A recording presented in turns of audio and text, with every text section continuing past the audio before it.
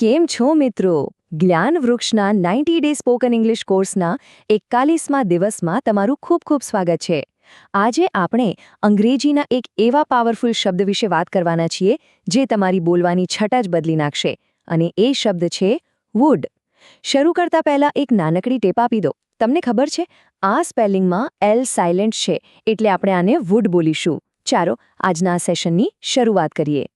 આપણે ઘણીવાર અંગ્રેજીમાં વાત કરીએ ને ત્યારે અંદરથી એક ડર રહેતો હોય છે કે ક્યાંક હું તોછડો તો નથી લાગી રહ્યો ને, મારી વાત કઠોર તો નથી લાગતી ને. અંગ્રેજીમાં 100% રિસ્પેક્ટફુલ એટલે કે પૂરેપૂરા માન સાથે કેવી રીતે વાત કરવી? વેલ, ચિંતા કરવાની બિલકુલ જરૂર નથી, કારણ કે આ મૂંઝવણનો એકદમ એડવાન્સ અને સુંદર ઉકેલ છે આપણો આજનો આ શબ્દ વુડ. તો આજના આ એક્સપ્લેનરમાં આપણે ફટાફટ જોઈ લઈએ કે શું શીખીશું. આપણે એકદમ નમ્રતાથી રિક્વેસ્ટ કરતા, આપણી ઈચ્છાઓ જણાવતા અને કોઈને માનપૂર્વક કંઈક ઓફર કરતા શીખીશું. સાથે જ થોડીક કમ્પેરિઝન અને લાસ્ટમાં એક જોરદાર પ્રેક્ટિસ ચેલેન્જ. નંબર 1, સૌથી પહેલા વાત કરીએ માસ્ટરિંગ પોલાઇટ રિક્વેસ્ટ્સ. જો તમારે કોઈની પાસે એકદમ માનથી પૂરેપૂરું રિસ્પેક્ટ આપીને કોઈ કામ કરાવવું હોય ને, તો કેન કે કુડને થોડીવાર ભૂલી જાઓ. બસ વાક્યની શરૂઆતમાં વુડ લગાવી દો. આ એક નાનકડો ચેન્જ વાક્યનું લેવલ તરત જ અપ કરી દેશે. દાખલા તરીકે, would you open the door please? એટલે કે શું મહેરબાની કરીને દરવાજો ખોલશો? Would you open the door please? અથવા would you help me with this project? શું આ પ્રોજેક્ટમાં મદદ કરશો? Would you help me with this project? ચાલો મારી સાથે બોલો. Listen and repeat. Would you help me with this project? એકદમ સરસ. હવે આ એક બહુ જ એડવાન્સ્ડ ઇંગ્લિશ ફ્રેઝ જુઓ, વુડ યુ માઇન્ડ? આનો સીધો મતલબ થાય છે કે જો તમને વાંધો ન હોય તો. પણ અહીંયા એક બહુ જ ઇન્ટરેસ્ટિંગ અને કડક ગ્રામર રૂલ છે.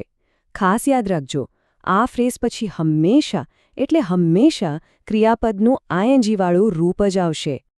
ચાલો આને થોડી એક્ટિવ પ્રેક્ટિસ કરીએ. વાક્ય છે, would you mind waiting for 5 minutes? એટલે કે જો વાંધો ન હોય તો 5 મિનિટ રાહ જોશો? Would you mind waiting for 5 minutes? Okay, હવે તમારો વારો. સાંભળો અને સાથે મોટેથી બોલો. Listen and repeat. Would you mind waiting for 5 minutes? હવે આગળ વધીએ આપણા બીજા પોઈન્ટ પર, એક્સપ્રેસિંગ યોર ડિઝાયર્સ.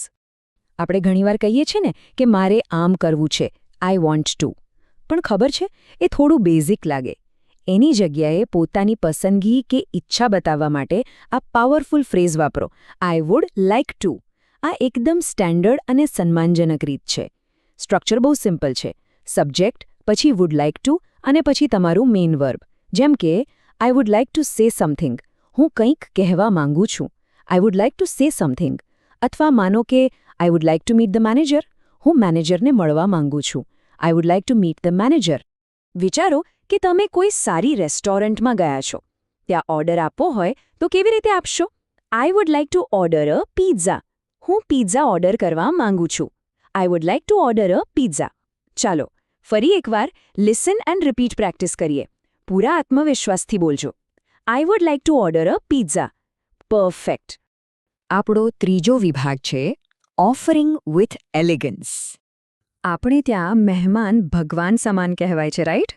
તો જ્યારે ઘરે કોઈ આવે અને આપણે એમને પૂરેપૂરું માન આપીને કંઈક પૂછવું હોય, બેસ્ટ હોસ્પિટાલિટી બતાવવી હોય, ત્યારે આ પદ્ધતિ બેસ્ટ છે. સાદા પ્રશ્નો પૂછવાને બદલે આ રીતે પૂછો, would you like some T?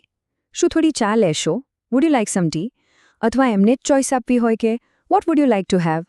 ખાવા પીવામાં શું લેવાનું પસંદ કરશો? What would you like to have?